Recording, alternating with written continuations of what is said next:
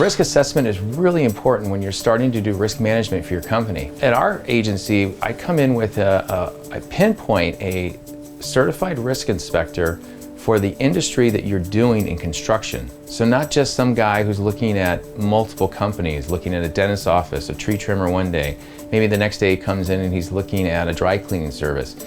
I actually go in and identify out of a pool of 2,000 inspectors and at least over 1,000 in Southern California of inspectors that specialize in your business and what you're doing.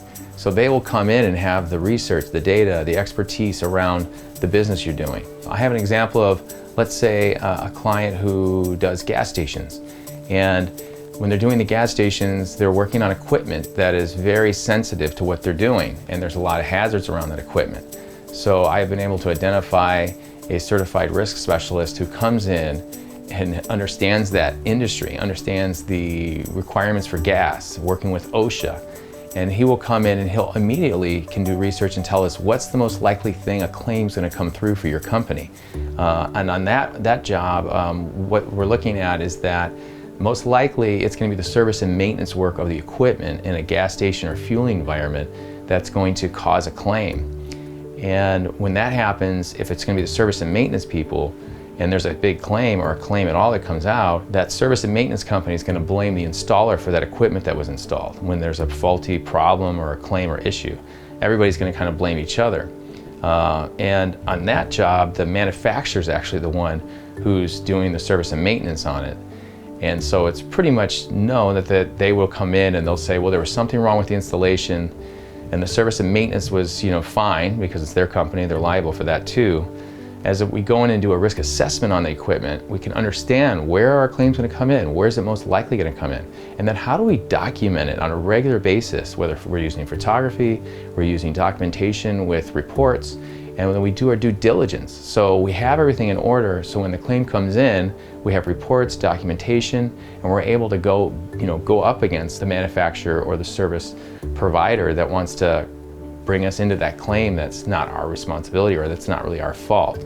So by doing the risk assessment, we can, number one, protect and mitigate for chances of claims, lower them, and then we can also be ready to do our due diligence to protect ourselves when the claim comes in, that we can have the documentations and the reports and everything it'll take to be able to argue the claim that we're not liable. Also, another thing about doing the risk assessment for your company and putting procedures in place for risk management is it gives me the reports and it gives me the data.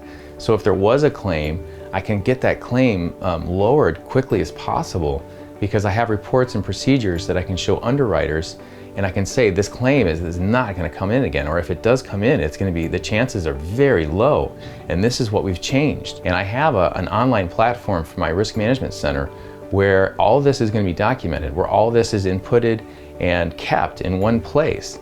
So by doing that, I can actually have the reports. I have some documentation, and I have everything out of a third party that I can share with the underwriter that gives us the credits, that gives us verification of what we're doing, and it's not a biased in-house report that the construction company is showing to the underwriters. It's an outside company. It gives it more validity, it gives it more credibility, and it allows us to actually get those together so we can lower the prices and mitigate the claim ultimately at the end of the day. We're just trying to slow down and stop the chance of that happening again. And a lot of times when we go into the companies, there might be claims that have been happening over and over. So it's like, how do we get to the point where we can fix that problem? And how can we sit down and look at your business process and understand why it was happening and really put some procedures in place and change things quickly and then document it.